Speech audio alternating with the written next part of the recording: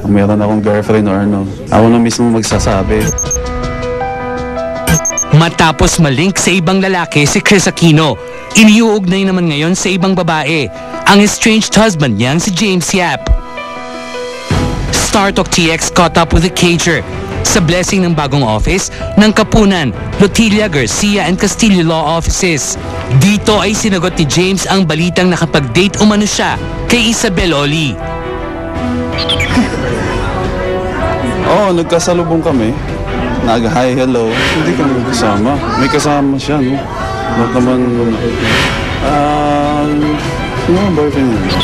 Interviewed by the Philippine Entertainment Portal, kinumpirma ni Isabel na walang naganap na date at kumustahan lamang between friends ang nangyari doon. Duda ni James, iniintriga lamang sila ni Isabel dahil pareho silang Cebuano. Alam mo, ang gulo nga kasi nagugulat ako. Bigla na lang mayroong mag-text sa akin na naintriga na naman ako. So, ang akin lang, sige, pangako to, pag meron akong girlfriend or ano, sasabihin ko kaagad sa inyo. Kagabi sa isang panayam sa telebisyon, naglabas ng pahayag si Kris hinggil sa pagkakalink ni James kay Isabel. Ayon kay Kris, and we quote, "Siyempre, i-deny niya. Katabi niya ang lawyer niya. I praise God and I thank God for that. Kasi the quicker he moves on and the faster na may magustuhan siya talaga, hindi na niya pahihirapan ang annulment." Unquote. Samantala, ayaw namang sagutin ni James ang pahayag ng starstruck alumna na si Zeri Lim na tinangka niya itong ligawan. Last year po yung nangyari niya. Hindi naman po talaga like serious ligaw. Ang nangyari lang po na nag-meet po kasi kami nung nag-work po sa real estate company. Ayun po, nag-exchange po ng numbers. Pero for him, like he had intentions of courting me, of asking me to go on dates, ganun. Pero never naman po ako, I never went out with him on a date. Like, opo, nag-meet up po kami a couple of times. Pero sinigurado ko po na I was always with an office mate. Samantala, abot-abot naman ang pag-aalala ni James matapos dapuan ng hand, foot and mouth disease si Baby James. Kasi si Baby James, ilang beses na nagkasakit, balik-balik. So, sobrang nag-aalala ako. Sana this time nakausap ko siya, medyo okay na. Anong status kayo ni Kris ngayon? Anong status niya? Status? Okay naman kami. Pag nawadala ako, hi, hello. Yun yung sinabi ko sa kanya na pakita natin na okay tayo. Baby. Ano naman kaya ang masasabi ni James sa isyong naharang ang isang potential endorsement deal dahil di sila magkasundo ni Kris? Hindi ko alam. Siguro naman, di naman niya yata gagawin yun kung meron man, di ba? At sa balitang may humihimok sa kanyang pasukin ng showbiz. Hindi ko masasabi dahil ngayon nakafocus ako sa career ko sa basketball. Mabalik pa lang ako sa practice. Like yun nga, naoperahan ako dahil tinanggal yung polyps ko. So, wala pa masyadong stamina kaya talagang double time ako ngayon sa practice. Samantala, aminado si Attorney Kapunan na mas titindi pa ang legal battle between Kris and James matapos gamiting grounds ng TV host ang psychological incapacity sa kanyang petisyon. James rin, magpa-file rin ng psychological incapacity. So, at the end of the day, ang pag-aawayan natin dyan is yung custody ng anak niya and yung division of properties. He's not interested in getting what belongs to Josh or to Baby James. Walang prenuptial agreement. So, it's the court that will have to decide. At mga kaibigan, in line with that story sa aming sapul-sapol, ang aming tanong, habang dinidinig pa ang kaso ni Kris Aquino at James Yap, okay lang bang makipag-date sa ibang babae si James? Why not? Nandito si Alisa, available. Pero we will give you your choice. Pag gusto nyo ang oo, A lang, tapos B, hindi. Okay? And to vote, type react space A or B and send to 4627 for all networks to register. Type react space on and send to 4627 for all networks. Kaya mag-text na kayo. Join na kayo sa StarTalk TX Facebook like page. At i-search nyo lang ang StarTalk Facebook, click like, at automatic na kayong member ng StarTalk Facebook family.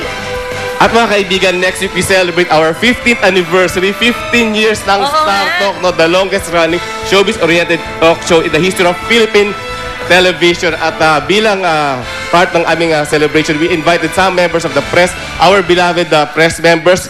Direk, can we show them?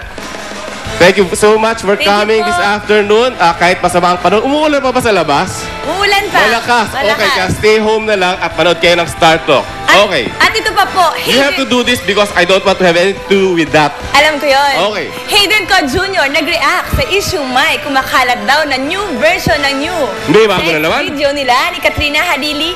Panoorin niyo po yan. Yung mismo Mamaya. sex video? Sex video. Ito na yun? Okay, panoorin May nyo. kumakalat doon na bago. I have my own life, she has her own life. Comment po ako sa Facebook. Last week, lumabas ang balitang may bagong bersyon umano ng sex video sina Katrina Halili at Hayden Co ang kumakalat ngayon. Nasabi na sa akin yun pero hindi ako yun. Sorry ba na sex video? Kita ko na lahat. So, parang hindi naman ako masyashock na may bago. Parang okay na. Makakaapekto kaya ito sa kaso ni Katrina laban kay Hayden, whose trial is set to resume on October 26. Tapos na yung side ni Katrina, no? So, on October 26, we're going to start presenting our own evidence. Alam ko naman kung ano yung totoo nangyari. So alam ko naman ano sasabihin ko. Walang kailangan i-prepare doon. Apart from the case, mas nais tutukan ng abogado ang pagbawi sa na-revoke na medical license ni Hayden. Of course, after you take several years of medicine, you would like to practice medicine. To have it revoked for a very personal matter between the two of them with Katrina, I think is very unfair. We're very hopeful, no? We're very optimistic that the Professional Regulations Board and the Philippine Medical Association will take a fairer look and a more objective view.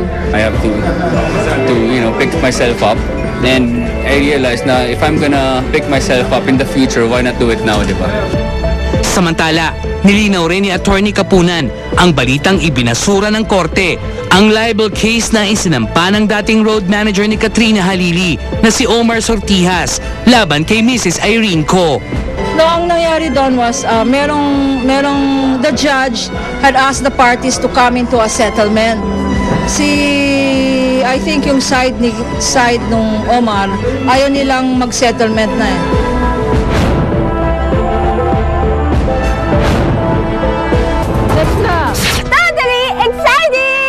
Balik tambalan sana nila Patrick Garcia at Jeneline Mercado sa Kapuso Show na Little Star. Bakit nga ba naudlot? Kasi pwede naman kaming magkatrabaho siguro sa isang network, pero yung sabay kami. Sino? Bakit? Kailan? Saan? Di basta-bastang tinatanggap ang sagot sa katanungan. Sa 5 tanong, 3 ang sasagot. Kaninong katotohanan ang paniniwalaan? Star Talk VX3, the Star Talk TX 15th Anniversary Special, October 23, 2010.